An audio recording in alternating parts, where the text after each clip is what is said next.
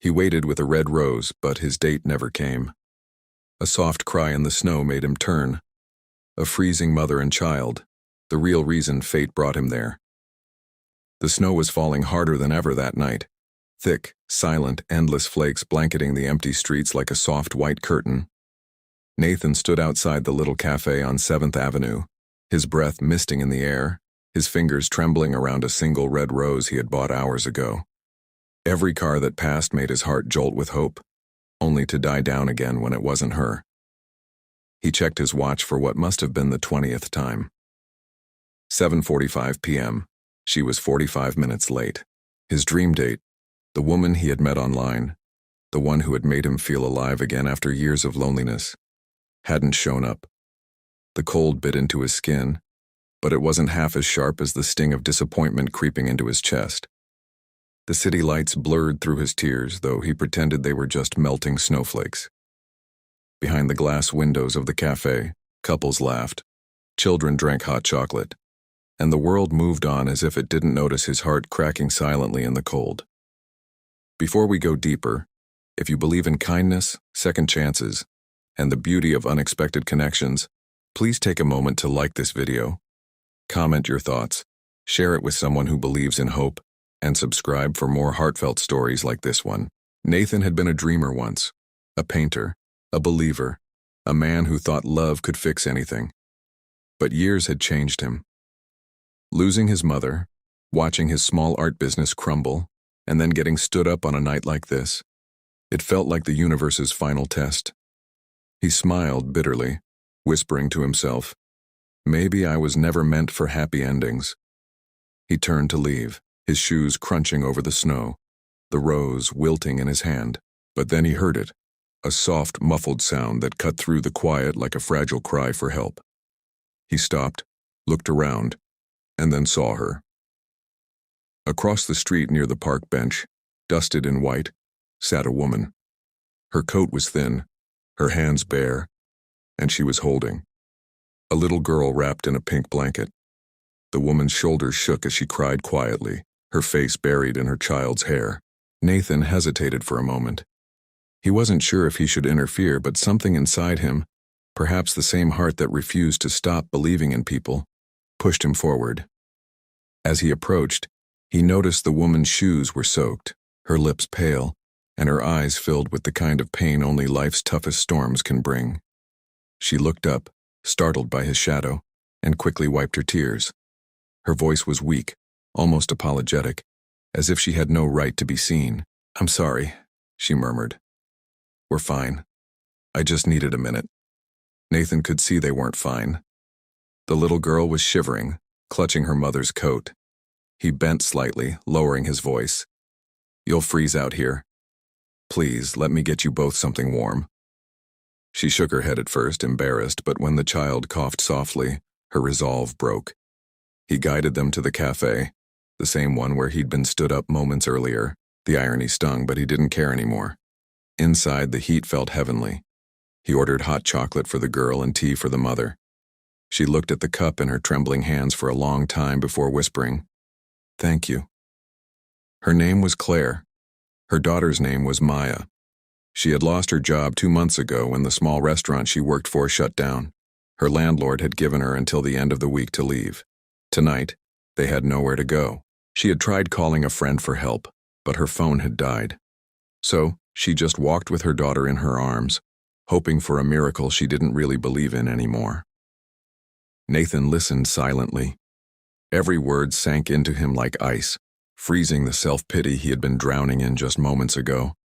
His missed date suddenly didn't matter. The universe had sent someone to meet him tonight, just not the person he expected. He found himself smiling softly. "You said you were looking for a miracle," he said, his voice gentle. "Maybe tonight you found one." Claire's eyes welled up again. "I don't deserve a miracle," she whispered. "I just need to keep her safe." Nathan leaned back in his chair, feeling something stirred deep in his chest, a warmth he hadn't felt in years. He saw his mother's face in Claire's eyes, the same resilience, the same quiet strength.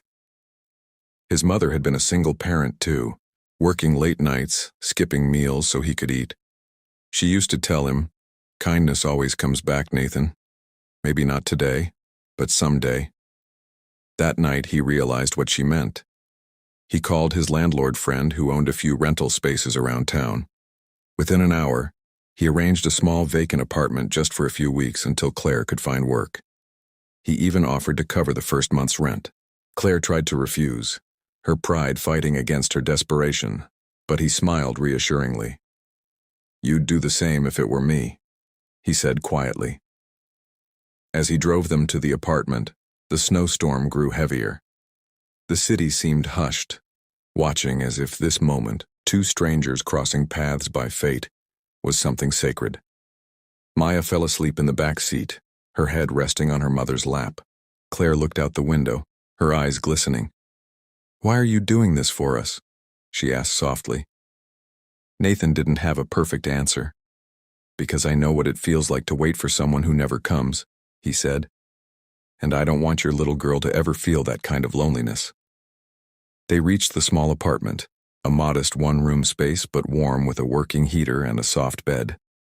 Claire stood there in disbelief, her hands over her mouth as tears streamed freely down her face. This is more than enough," she whispered. For the first time in years, Nathan didn't feel empty. He stayed long enough to help them settle, brought groceries from a nearby store, and left his number in case they needed anything. As he turned to go, Maya woke up and looked at him, sleepily. "Are you my mommy's friend now?" she asked. He smiled. "Yes, sweetheart, I guess I am." That night when Nathan went home, the rose he had bought was still in his coat pocket, cold, wilted, forgotten. But it didn't feel like a symbol of rejection anymore. It felt like a reminder. Sometimes the love we dream of doesn't come from romance but from humanity, from being there when someone needs us the most. Days turned into weeks. Nathan visited Claire and Maya often, sometimes bringing food, sometimes just painting with a little girl. Slowly, laughter began to fill the small apartment. Claire found part-time work at a bakery nearby, her confidence returning piece by piece. Nathan even used his art skills to help the bakery design new signs, bringing more customers in. One evening, Claire came to the cafe where it all began, holding a small box. Inside was a simple handmade card with a painted rose and a note that read, "To the man who showed up when no one else did." Nathan looked up at her, and for a moment the world stood still. He realized that what he had been waiting for all along wasn't a date or a perfect romance. It was purpose. It was the chance to make someone's world a little brighter, the way his mother once did for him. Months later, on a sunny spring morning, Maya ran up to him in the park, her laughter echoing through the trees. Claire followed behind her, smiling.